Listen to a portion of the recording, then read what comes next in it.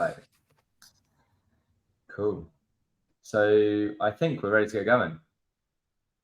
Yeah, awesome. It seems like it reset. Yep. Perfect. All right. Well, welcome everyone to our webinar and chat today. So we've got an exciting discussion with Christopher McKenzie, and I think we're going to jump straight in. So we're going to have about 30 to 45 minutes, just a conversation between us three, and then we've got some Q&A to come towards the end. So looking forward to the discussion ahead of us. All right, should we start with some quick intros? So I'm Rich Fiver. I'm CEO and co-founder of Matomic. Matomic is data security for SaaS applications. We're here today to talk about data security posture management. So you can see the relation there. And I'm joined by two fantastic guests. We've got Mackenzie Jackson and Christopher Reed. And I'll let you guys introduce yourself. So Mackenzie, why don't you get us started? Sure. So my name is Mackenzie. I'm a security advocate at a company called GetGuardian. We're all about protecting sensitive information, specifically secrets, from leaking out. Prior to that, I was the founder and CTO of a company called Compago, which is still around today, headquartered out of Australia. So Christopher, I'll leave it over to you. Hey everyone, Christopher Reed here. I'm a CISO for a SaaS-based company based out of the United States. We work in the healthcare and Medicare space. I've been a CISO or Director of Information Security for now 2 different SaaS companies within the federal and the private equity space and the Medicare space. So yeah, been doing this for about 15 years, been in management roles for about 7 now. So thanks for having me. All right, great. So we've got a great audience, different perspectives. I'm sure we've got Christopher as a CISO, Mackenzie as a developer in the development, previous CTO as well. And then we got myself that's from running a SaaS-based business also. Cool. We were talking before, Christopher's also beaten me and Mackenzie with the whole logo attached to his name, if the audience can see it. Mackenzie's even got the t-shirt on. So you guys have already shown me up, which is a good way to start it. All right, let's jump straight in. So we're here to talk about DSPM and DLP. Both of these acronyms are in the title today. I think we should probably start by talking about these things. I'll define the acronyms, then we'll give perspective on what they are. So DSPM is data security posture management. DLP is data loss prevention. I was reading before some definitions. So I brought up one from Palo Alto Networks, which we might know about DSPM. So they said DSPM encompasses various security measures, including data classification, data encryption, access control, data loss prevention, in brackets DLP, and monitoring. How do you guys think about these two things? How do you guys define DSPM? Well, go for it, Mackenzie. Yeah, we'll go that route. From my perspective, it's a needed transition away from traditional DLPs, and I like to kind of think about it as it's in the name data loss prevention, where a DLP solution is all kind of about this idea that it's this wall, it's this block that's going to prevent everything in it, and it almost gives the idea that it's this kind of one layer of defense. Now, modern DLPs have kind of moved a little bit away from this, but what we're really dealing with now and getting in with these newer versions is that it's not just about having this wall. It's about increasing your posture. It's about having multiple layers of defense and having lots of different types of controls and access. It's not about prevention. It's about understanding where sensitive data is. It's about knowing who has access to that, when it's been accessed and where it's ended up. And it's about being able to track where that's ended up and gotten to. We're no longer just talking about this prevention, because when you have a wall, inevitably things leak. It's kind of happening, and if you don't have adequate controls around that. So this is kind of how I think about the transition that we're making away from these DLPs, is that we're creating much more layered security, and we all know that that's the best type of security. I'm not sure if you agree with that, but Christopher, I'll let you kind of respond. Yeah, no, I completely agree. I think it's actually a little bit too late. I think we're finally getting around to the aspects of services, across the internet that are easily accessible, easily joinable, whether it's social media or through your single sign-on through your provider.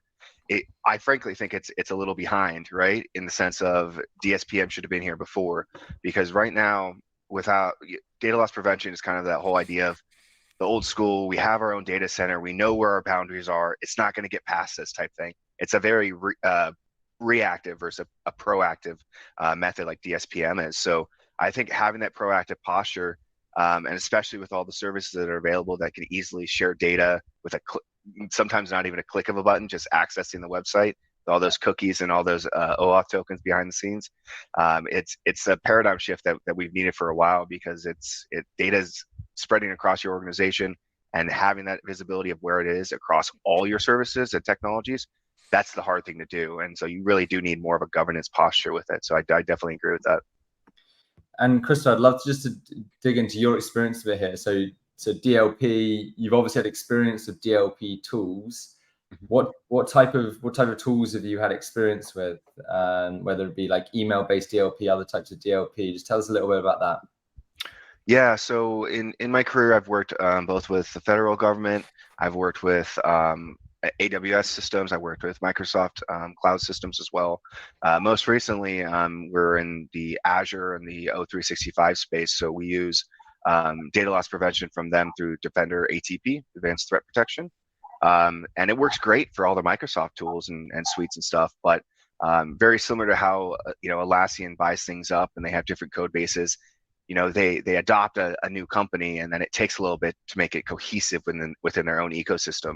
So while the DLP for Microsoft works great, I also came from within the federal government working with our own data centers. We had multiple data centers that we had, all the strict boundaries, and we had, in some cases, kind of homegrown, hack together solutions to make sure that we had email covered, data stores covered, and then obviously shoving everything over to a SIM that would alert you if it left the environment already, right? So sometimes DLP is like I said, reactive, and it's unfortunate, but luckily now it's getting a little bit better in that proactive stance. 100%. Mackenzie, you said something which I found super interesting. Like you mentioned the word wall, and I want to quickly talk about the trends. So why are we talking about this now, right? Why are we seeing this trend? Why are we seeing traditional DLP maybe coming under fire, so to speak, a little bit more, and DSPM becoming maybe more of the modern version? One of the things I want to start with is this wall. So in more of this cloud-based environment, which I know that we've all got experience with, whether it be your cloud databases or your SaaS vendors, I don't know if the same sort of wall exists, right? We used to be in the office more when maybe you're on a network, everyone is using, I remember my first job, I had a desktop in an office that was, so there was very much a wall, which was that computer that I logged into at 9 a.m. and logged off at 5 p.m. I don't think there is a wall so much anymore, right? I think that, we're using different types of cloud services. We're all working in different places. I think all three of us are working in some sort of remote location right now.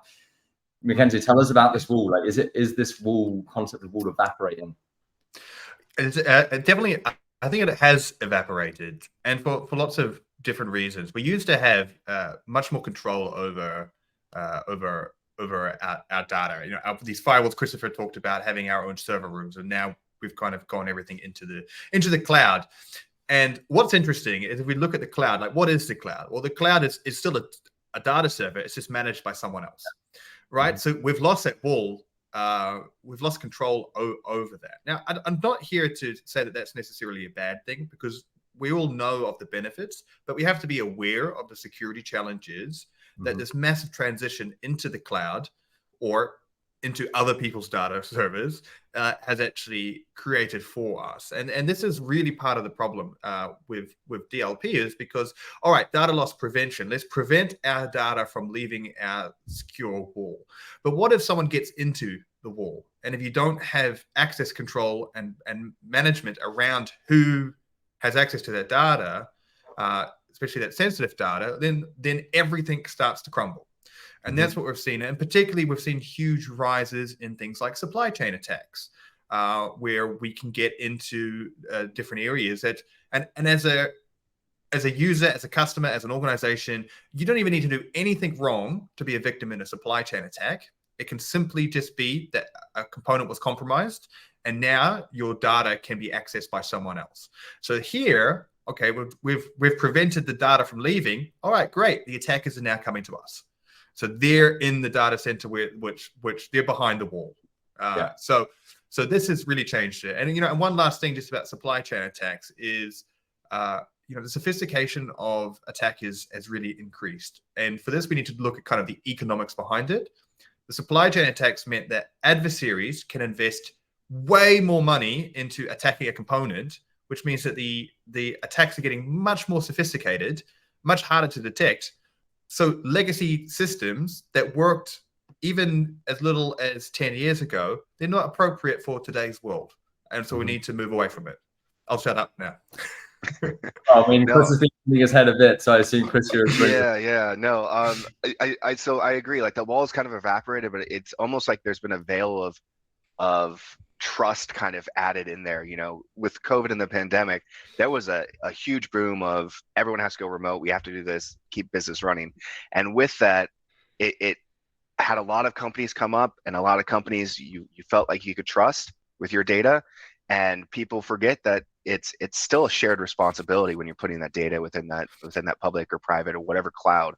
And so there's kind of that veil of trust. But even for the really sophisticated supply chain attacks, you have the people who are supposed to be auditing your systems have breaches. It's constantly breach after breach after breach. Or you have someone going on LinkedIn and using what's publicly available to take over an entire resort company, and shut them down for multiple days. So it's not even that the wall has disintegrated almost. It's just that there's a false sense of trust in all these services. Like I said, you can go to a website. You don't even have to log in. Sometimes they already have some of your data just by previous cookies that you have. And now your IT administrators or your security administrators are getting alerts that they want to trust X, Y, and Z.io, and so it's that data easily spreads, and it could be as simple as just your name and your email, and that's all they need sometimes. It's gone, right?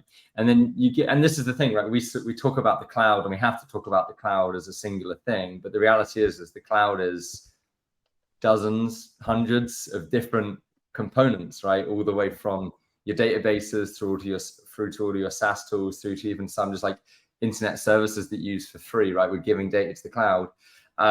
And so even if it's a question of whether it has disintegrated or evaporated or not, nonetheless, it's not one wall, right? It's very, very different because it goes through different things. It goes through the supply chain. I want to ask you both, I think we talked about you can't stop people coming into the walls, the people coming through into your cloud environments. And I think my personal experience, this is productivity, right? A lot of these tools, I mean, Mackenzie, certainly you've got your experience in SaaS, or both your experience in SaaS, productivity, it's enhanced with these new applications. And sometimes productivity means letting other people into your environments in a different way, or letting things being shared outside, right? Takes me one click to be able to share an entire spreadsheet with someone outside of the organization.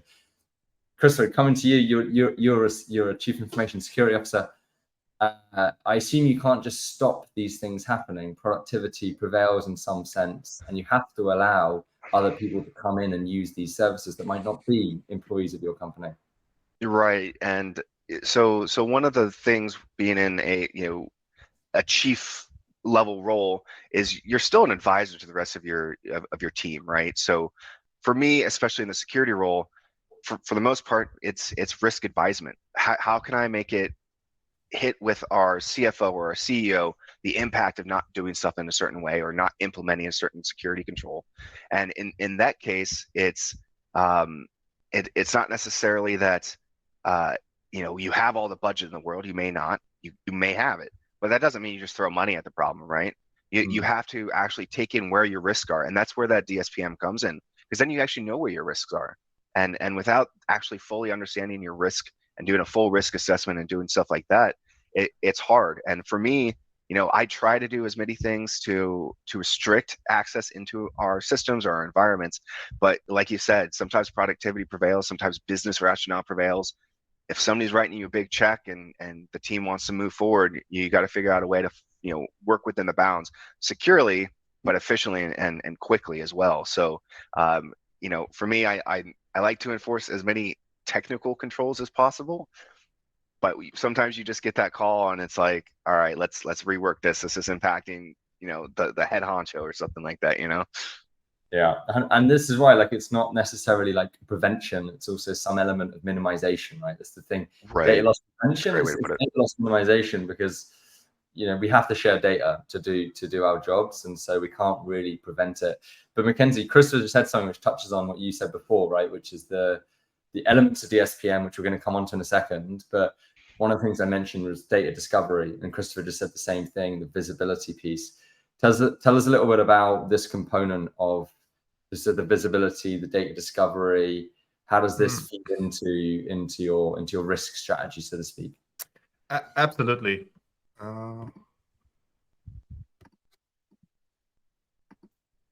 Still there? Oh, okay. Yeah, we're good. Back to the perils of remote work. I heard the question. I was just about to start answering when I froze. I was talking about visibility. Yeah, the visibility, the data discovery being kind of a core component to this new approach to DLP, which we're going to talk about in a second. For sure. So, and visibility is incredibly important, because what you'll find is it's as much as you think that you can store your sensitive information and data and little boxes and understand exactly where they are, data moves in really unexpected ways. And it also piggybacks onto different things. So the area of expertise that we really specialize in at GetGuardian that I'll speak to is about secrets, API keys, credentials inside source code. And it's such an interesting example from the developer's perspective, is because developers need access to API keys to be able to do their work. They need to be able to access the endpoints that they're going to be pinging off. And it's so easy for these to actually accidentally end up inside our source code. But we have to understand that source code maintains a history forever. Everything that you do doesn't matter if you delete it and 10 minutes later you've already removed it, and you're 100 versions down the line, that secret still exists in the history. Now, this actually happens in lots of different areas. This is an example of source code, but you can think of, backup systems. You can think of things being cloned onto developers or just, employees' machines inside email, inside your Jira tickets, inside your Slack messages.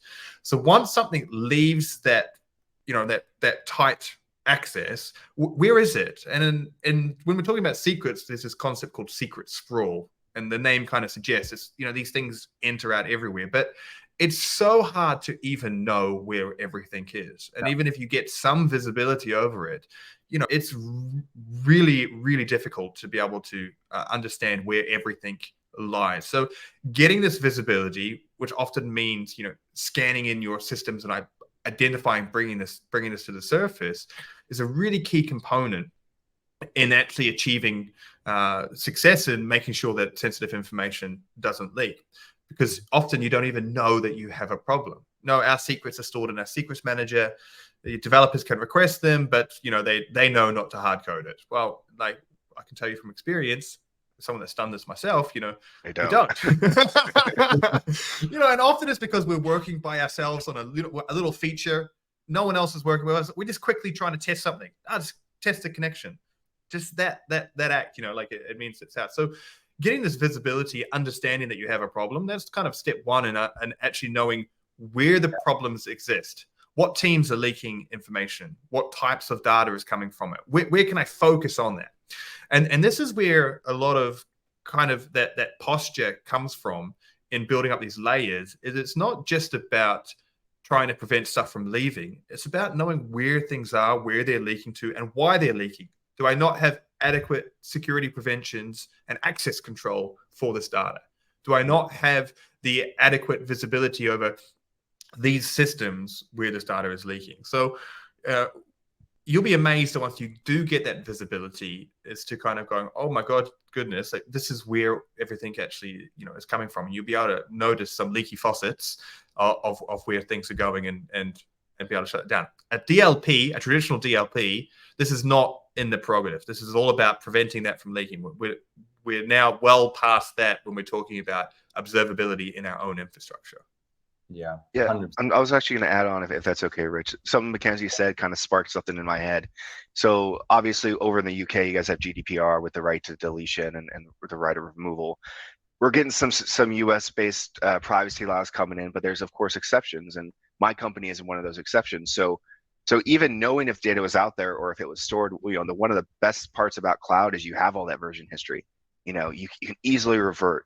But as he was saying it, I could see that as a complete downfall in terms of security, password secrets, whatever, or even configuration changes. That could be a complete downfall. And in my case, for example, I can't even delete it, or even like our systems, we can't delete it because we have to have it for auditing purposes, for regulatory compliances. So if the end user puts it in there, well, it's there until our retention period's over. And I didn't even think about it like that until Mackenzie kind of said it. So yeah, that's kind of a great thing, but a horrible thing at the same time. And that's a lot of what we're talking about. These things have two lives to it. Like I whenever I get on my soapbox, it always sounds like I'm anti-cloud. I'm anti, like we should go back to the ancient days and use punch cards. It's not at all like that, but it's about understanding where, it's about understanding this new technology has increased our productivity, it's increased our ability, and it's increased like who can actually scale up and ramp on these applications. It's fantastic, but it comes with big security concerns. And honestly, we're not really talking about it that much. Yeah, no, I completely agree. And Mackenzie, Git Guardian, right? It's a very successful company detecting and protecting secrets. When you describe it like that, it sounds kind of simple. What's challenging about this layer, right? When you're going down to the data layer and you're finding secrets and then you're putting protections around them, technically, what's the complexity behind that? Why is this technology not easy for anyone to build? Yeah, really, a really, really great question. And just for the audience, so that people understand too, Git Guardian, we're really like hyper focused on secrets. So we're not talking about PII or other types of sensitive data. This is what we're focused on. And there's huge challenges to this. So the first one is detection. Now, contrary to what a lot of people think, detection isn't actually the biggest challenge when dealing with secrets. That sounds weird, but I'll explain. Finding them is hard. That's because secrets are probabilistic, meaning that if you leak an AWS credential, I can check to see if that credential is real. So I have 100% hit rate on that. But if you leak a general security certificate or something that an API key that I don't know what service it's for, it's really hard to be able to filter out true secrets and false positives. And if you start detecting huge amounts of false positives, then you're just going to annoy everyone. The tool doesn't work. And if you start missing a lot of true positives, then the tool doesn't work and people aren't going to use it. So you have to find this balance. That's really difficult. And you have to use a lot of context around secrets and being able to get the number of false positives down to as low as possible whilst not letting anything through. But in saying that, secrets detection is getting better and better. And I think that it's probably, good secret detection is really should be a given now. There's a lot of tools out there that aren't that great, but that's not the challenge. The challenge at Git Guardian is when we onboard a company, we find so much secrets, like truly we do, that, okay, now what? How do you actually manage with that? I'll give you an example. Typically, we find in an organization that has 400 developers, so just a medium-sized company, 400 developers, we'll find around about 13,000 secrets in their source code. Now, of that, we have about 1,000 that are unique. But if you don't have the context of knowing if this is a repeat or that, you still have to investigate each 13,000 incidents. Now, you may be lucky and have 4 AppSec engineers. I'm pretty sure 4 AppSec engineers full-time just on finding secrets. You have to investigate what it is. You have to redistribute the secret. You have to destroy that old secret. You need to redeploy it. You need to get back up the app, and you need to do all of that without creating downtime. So the challenge isn't actually finding the secrets; it's knowing how to do it. And what we specialize in at Git Guardian, this is turning into a little bit of a plug, but I'll stop soon. is just that we involve everyone into that. We involve. You have 4 AppSec engineers and 400 developers, but if you empower your developers to have the tools that they can actually participate in that remediation process because they know what the secret that leaked is, and do that in a secure way where they can only access the things that they're meant to, then they can actually help remediate that. So that's actually the biggest challenge with companies is that we talked about observability. One of the biggest reasons why observability isn't chased closer is because once you have observability, you kind of have the responsibility to do something. Right. Once you know the problem is there, that's you're talking about audits and compliance and other areas, if you don't know the problem exists and you're kind of technically not really in that, if you've got 1,000 secrets that you know are a risk that give access to data and you're not doing something about it, that's a huge compliance issue. So it's kind of that's more the technical challenge. It's like, what do you do after you find the information?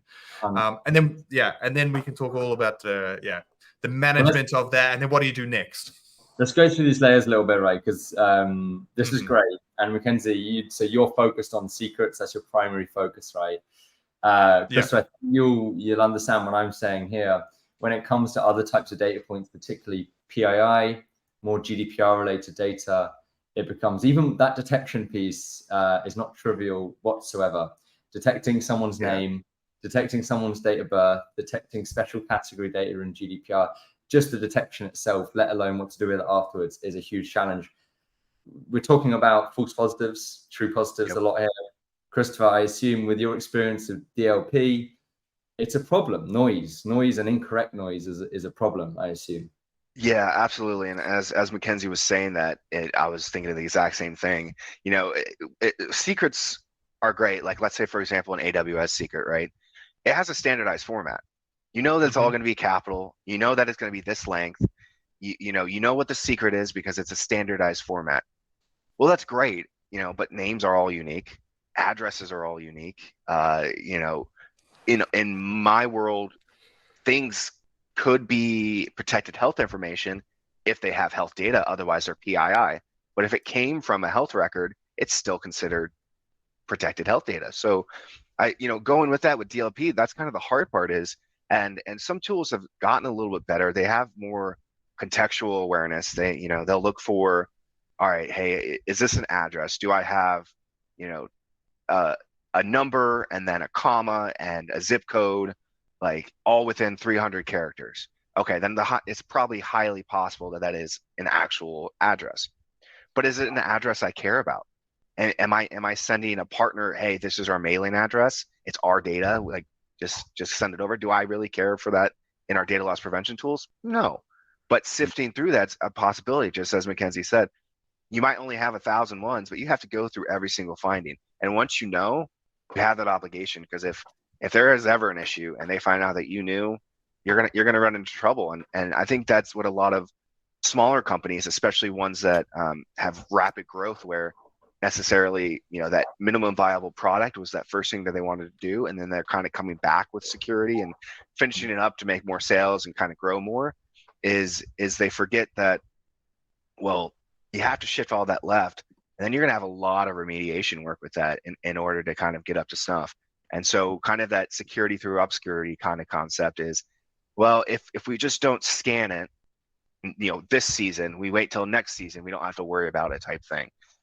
Which I've seen in some companies where they're like, oh, well, we don't want to enable that feature yet, because then once we have it, then we have it, and the date's going to be there forever, and it's going to be backed up in that Jira ticket or something like that. So yeah, that contextual awareness gives you a lot of true positives, but a lot of true negatives as well, because it doesn't have that contextual knowledge. I think one of the things that is with DSPM is I'm going to find the keyword, but it has no data awareness in the sense of it has no context around what that purpose of that data is. And with DSPM, you're supposed to be able to get a little bit better, but it's still a new concept. It's still in its infancy. So I'm looking forward to what's going to go on with it. Well, I mean, so the detection piece is the detection, even detecting that email address is an email address. If I relate to the PII world, you then got to label that. You got to label, then tag that. Is it a customer email address? Is it an employee's email address? Right? There's infinite dimensions of labels put on top of it. And then you got the risks. So we can say not every email address or not every API key is probably a risky one. Someone's just natural course of doing business. It might be a test API key. Tell us a little bit, Mackenzie, about how you look at that risk layer. How do you identify, even if you're perfect at finding secrets, what comes after that? Yeah, so there's a couple of layers in. You want to automate this as much as possible, and being able to automate it means that you have to have the systems that you're using have to have some understanding and what you're using. So, like for example, are you using AWS in your organization, or are you using Google Cloud or some other service? So if you find an AWS key, then because we have that information, then okay, that's still a problem. I still want to know what that key is and what it's doing, but we have this information.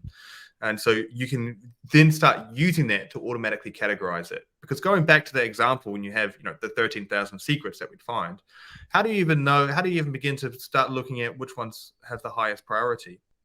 And so that's when that context really comes into it.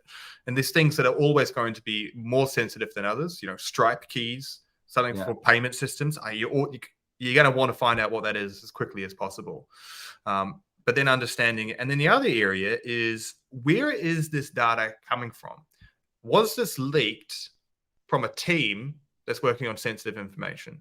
Or was this leaked from a different area? So who has access to the high value secrets, and where are they coming from?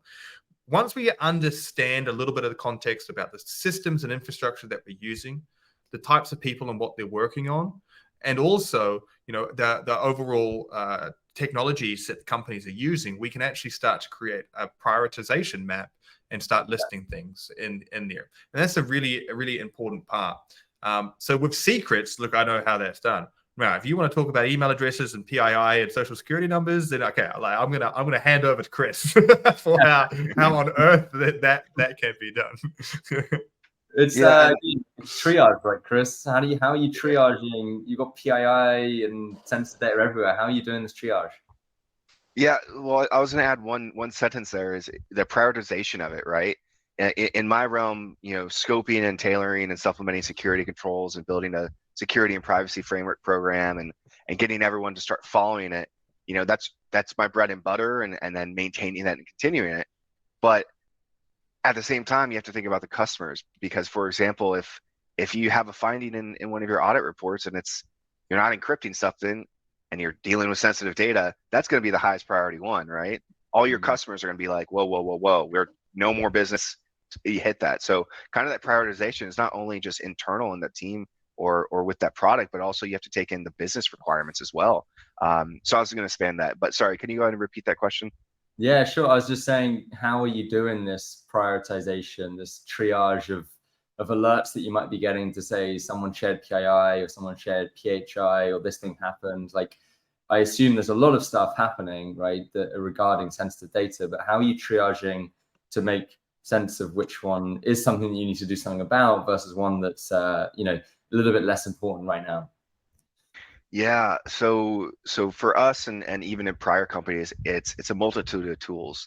I would love to say I have a 100-person SOC in 3 different locations that are looking at a SIM all day, every day for all 50,000 per hour events or alerts we're getting, but that's just not the case. Automation is a big factor.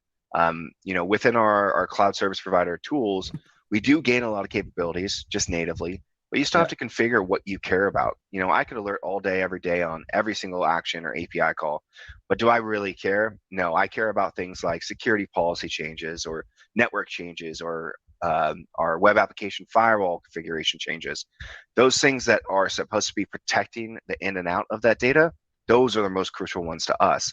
Then obviously from a perspective of the actual data protection, things like removal of data, we have specific roles that can do that, but it's going to be a big red flag. But everyone else can't delete anything. So kind of that permeability, or not that permeability, but that permanence of that data just is going to persist. The triage part is hard, especially on smaller security teams, because I think when we met before, you saw I had thousands of alerts that I had to go through, and that was just in that week. So the prioritization and the bucketing of that information using email filtering, using filtering within the tool itself to only send what really matters.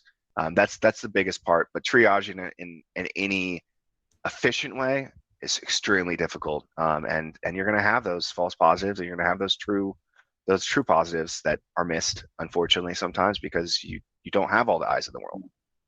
And then you're going to have the true positives that are just a natural course of business, and you have to let that risk be there, right? Because it's the benefits of that data sharing activity is more important than than blocking that data. So going back to the top level, right, we talked about, so DLP on a really high level, it's a lot about just like blocking data going from A to B, kind of very simplistic. And then we've talked about DSPM being more about the visibility, which we're still talking about now. And beyond that, we've got or inside that, we've got visibility of the data, but then the risks alongside it, right? So not all data is risky, or some's risky that you're going to accept that risk for now. Chris, what you were just talking about there, it sounded like there's different ways to remediate it depending on the type of data, the type of use case that data was being shared or being used for. Mackenzie, I assume you see something similar, like in DSPM versus DLP, it's not all just about deleting data points, blocking data points. How else are companies remediating these risks, or I'd say minimizing this risk? A lot of it has to do with control and management, and increasing these things on there, understanding, having a good understanding of who has access to what, and creating access controls into that.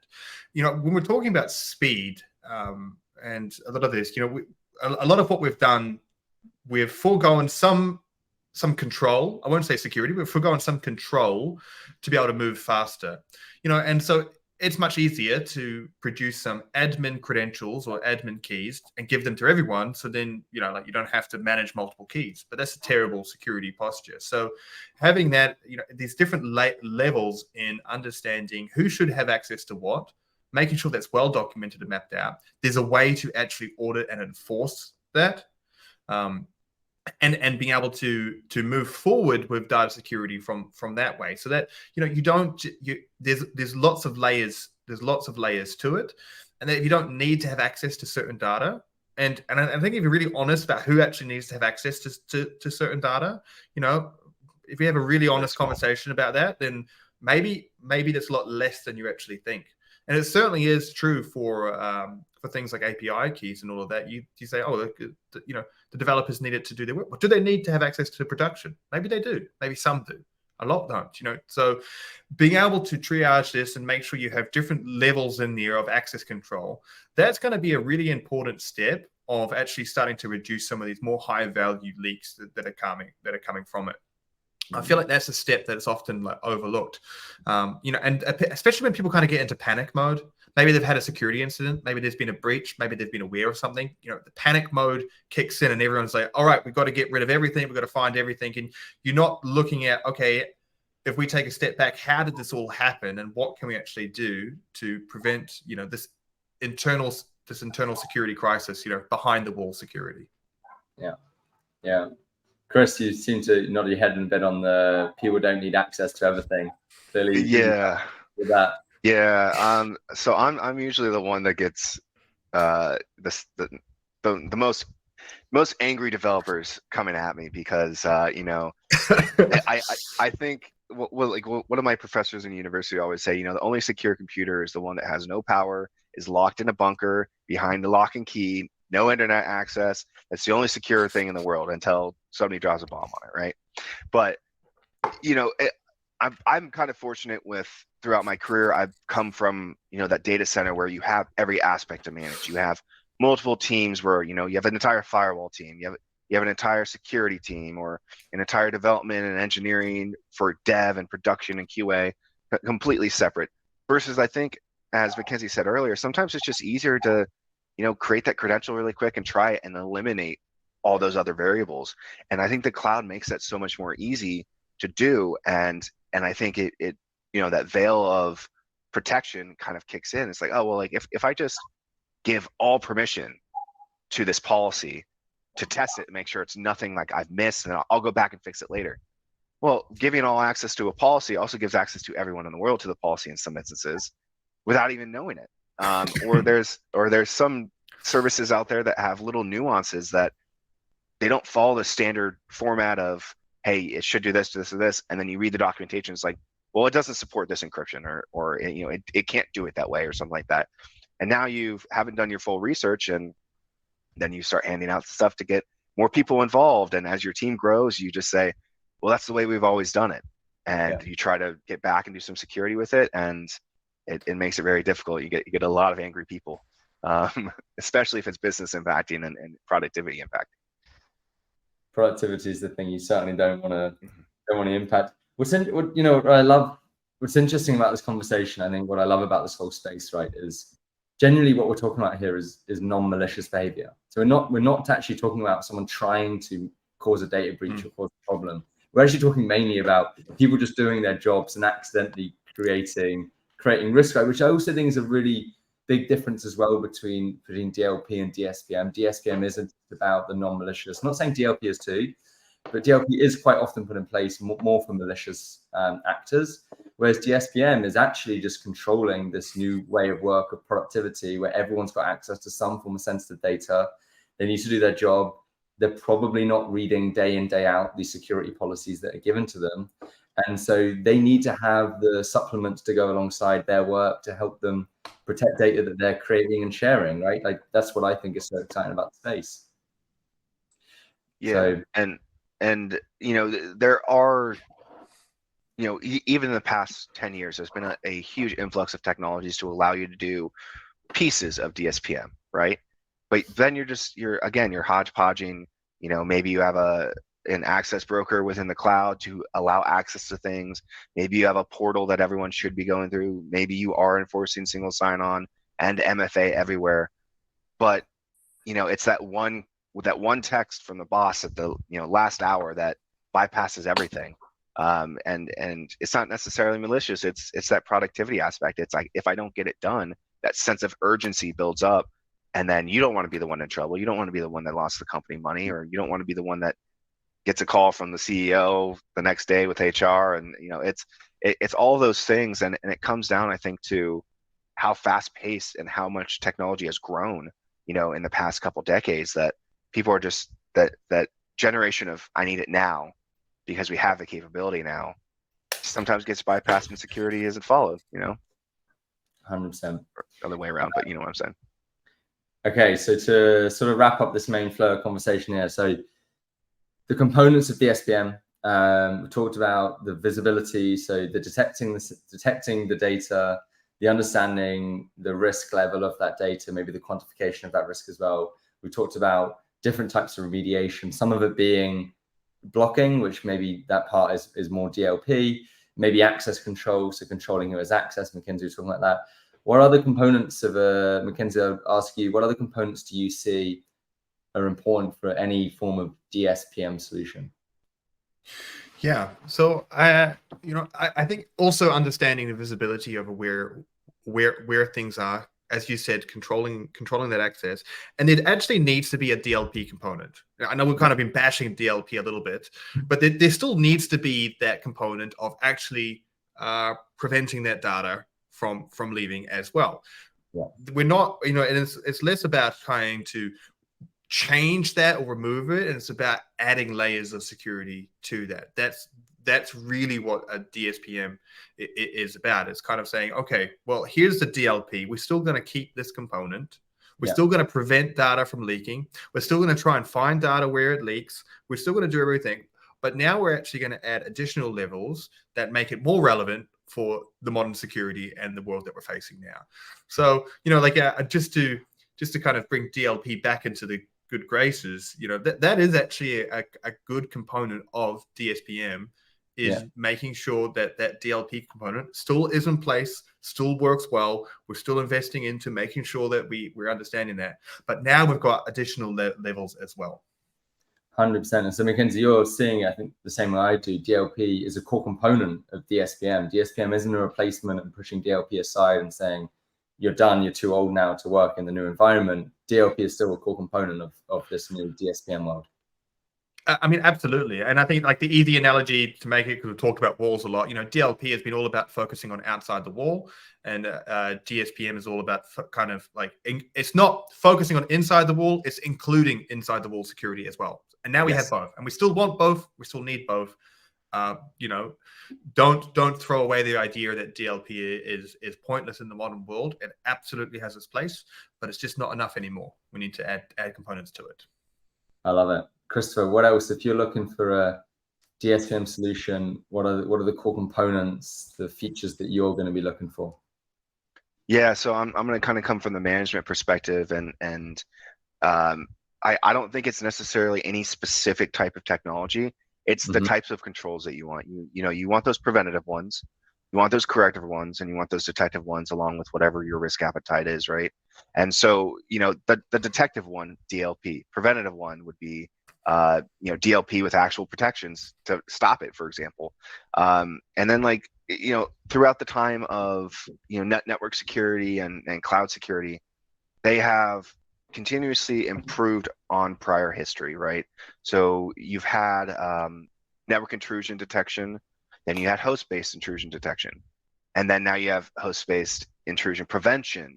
Things that are not just telling you what's going on, but they're actually actively preventively doing things on your behalf based off of however you configure it. So I don't necessarily think that there's any type of actual technology or any specific tool that we can definitively say needs to be in it, because it's all going to be on the risk appetite of your organization. But I think you need to have all your bases covered. You need to be able to see what's out there, have that awareness, that detective capability. You need to have some type of prevention to, in most cases, not malicious, but just, oops, I screwed up and it caught me, and I can learn from that situation. But then those true malicious ones where, you need to be corrective in that. So, data loss prevention is a key component. It's something that we use very often.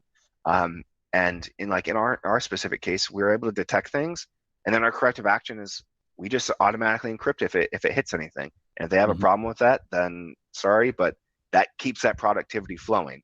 It's not a single person approving 20,000 emails a day that have caught. It's, hey, let's just protect it, send it on its way, keep that productivity going. For sure. So I want to ask one final question on this topic before we open it to Q&A. We haven't really talked about it too much, but Mackenzie talked about, mid-sized company, 400 developers. Christopher, you've mentioned things like thousands of alerts. We talked a lot about non-malicious behavior. How do we think companies can enable the employees themselves that are accidentally sharing data, or sharing data that only needs to be there for a day, but then it ends up in 20 other systems 2 days later and it stays there forever? Is there any way that companies can look at, and do we see this as part of DSPM, enabling the employees themselves to prevent and clear up, so to speak, their own risks? Is that something that we think about as the future of DSPM? I mean, from my perspective, absolutely. Yes, it is.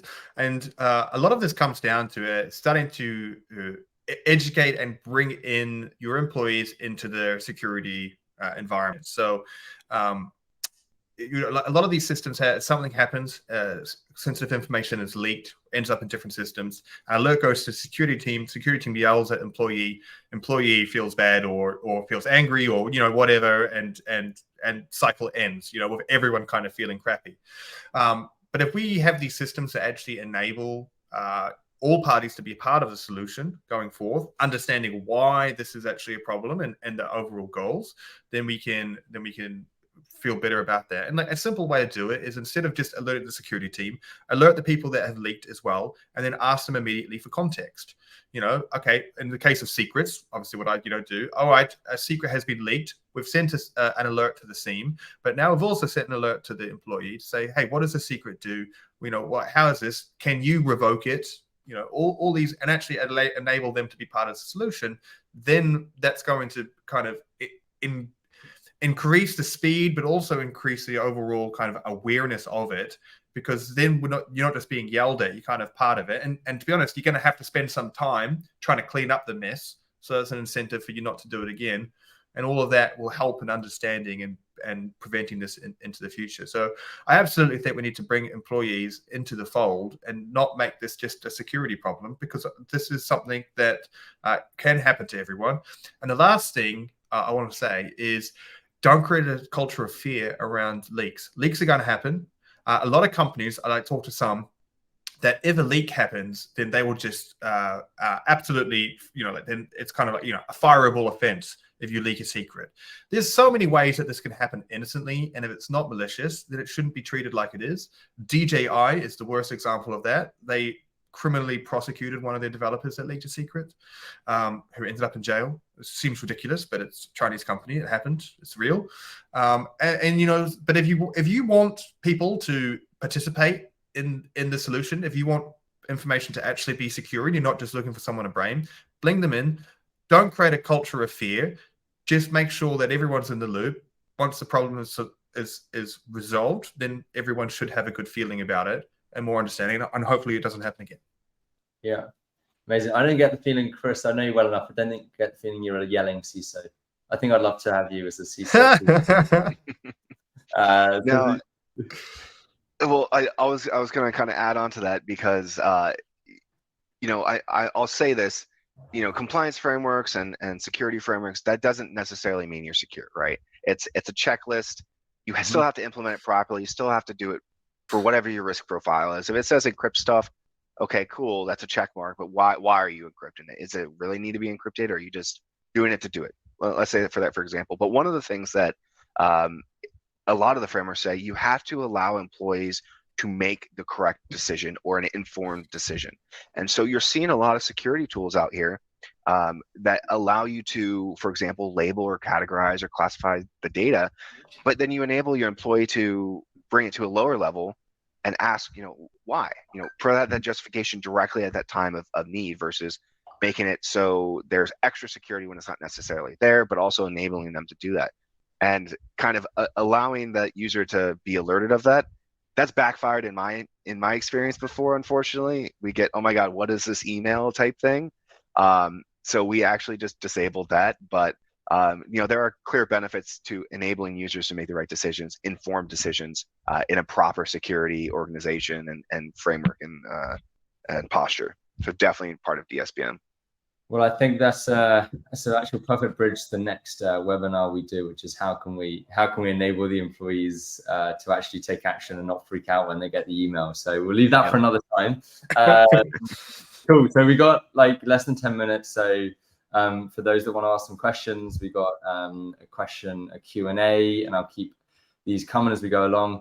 We've also got some that were submitted before the session today.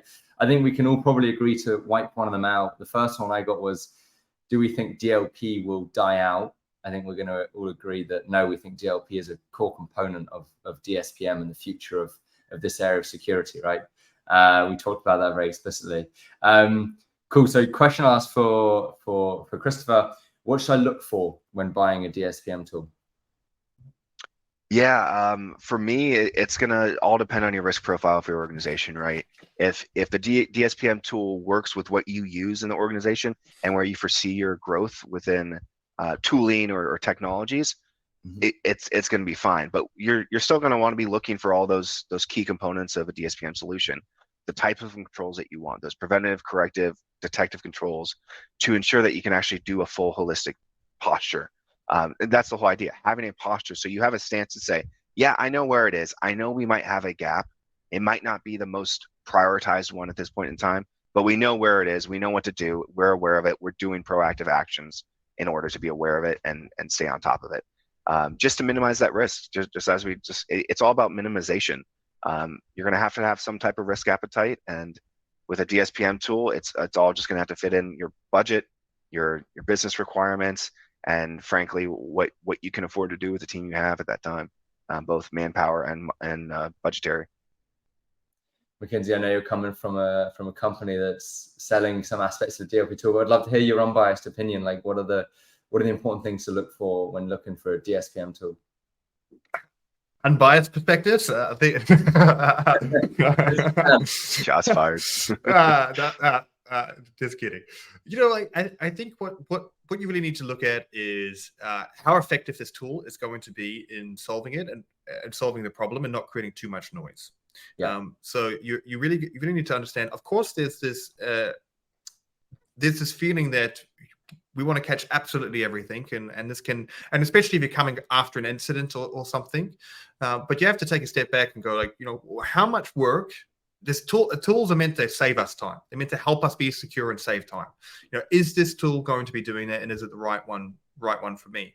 And I think that's absolutely really important when looking at these solutions. And also, what is the most important data that you're looking to secure, and does this tool give me the specialization to be able to do that? There's a lot of data.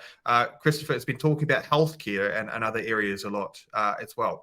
All right. the type of information that you really want to secure is going to be different for a healthcare company than it is for a cloud service provider, or something else. So I think you really need to look at what is the type of data that you're securing. Is this the right tool for me? Is it going to create too much false positives? And then the last thing you need to look at is from a cost perspective as well. Tools don't pick the most expensive, and don't pick the cheapest tool. And also for smaller companies, like there's so much stuff available in open source and in other areas to kind of get started for free. That's not going to get you very far as your company grows. You're going to come into problems and you're going to want an enterprise solution, but get started. Don't use cost as a barrier to at least get started onto this journey, because even if you get started with free tools, open source tools, then you're actually going to start understanding where your noise is coming from. And when you do hit the road to kind of purchase an enterprise solution, you'll be better positioned in understanding where what that tool needs to be done. So overall, I think that comes down to, make sure you pick the right tool. Yeah. They're not all equal. It doesn't necessarily one's better than the other. There's some that are better for you than others.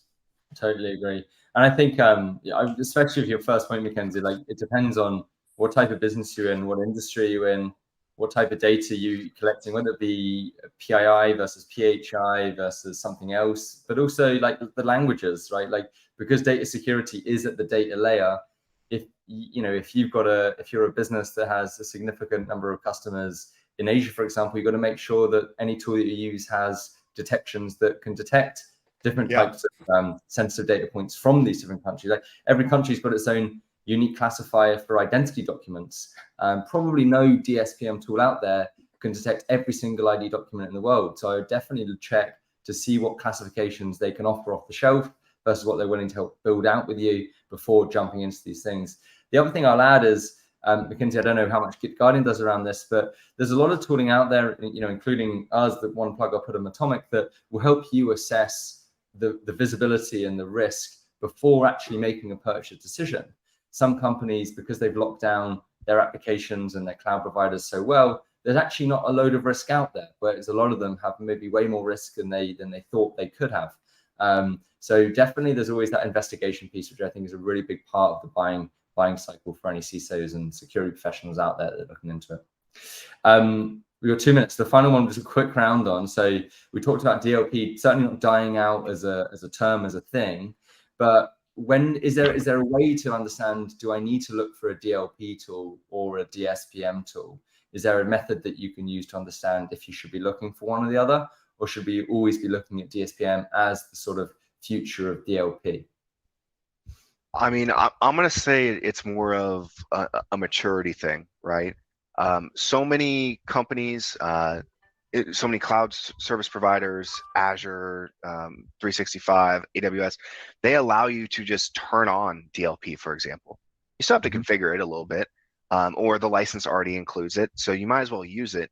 But if you're talking about a holistic posture against data security, having all those things, all those components, it's going to be a maturity thing. Just as Mackenzie said, we use free and open source AV tools, and we spend a decent amount of money in AWS every year, but it works because we can easily script it in there.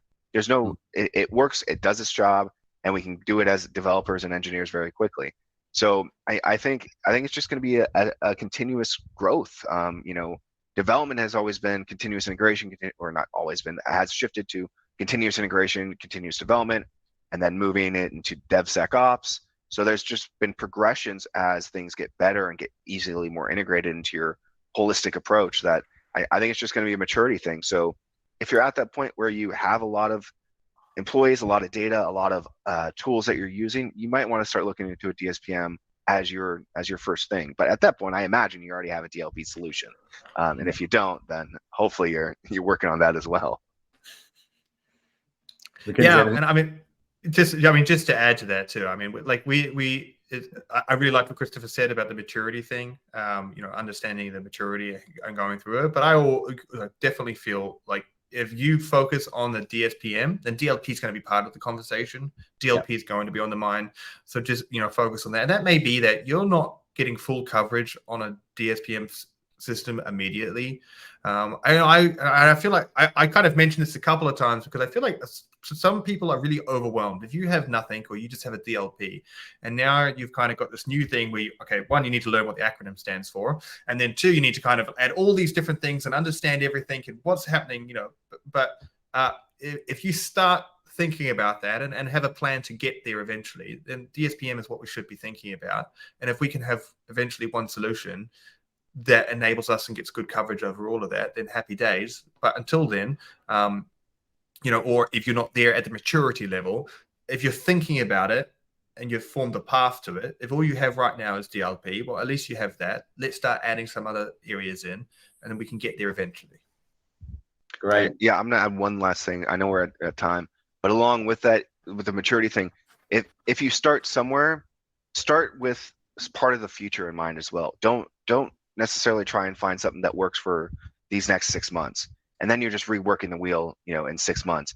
Say, okay, where are we planning on going with our roadmap from a security posture management, and try and build your solutions with growth in mind. I've seen it time and time again with smaller companies. They build out a solution. 6 months later, you're completely reworking the wheel and you're changing technology, and now you're wasting 6 months of a annual commitment type thing. So definitely keep your roadmap in mind when you're selecting either one and either posture. Amazing. Well, look, we're out of time. That has been an amazing conversation. It's flown by, but I think some really, really interesting stuff out of there. Certainly more topics that we can talk about again in the future. So Christopher, Mackenzie, thank you so much for your time today. It's been brilliant having you on. Really great discussion. And yeah, hopefully we'll do it again sometime. Awesome. Thanks so much. Thank you for having us. Thanks for joining, everyone. Bye.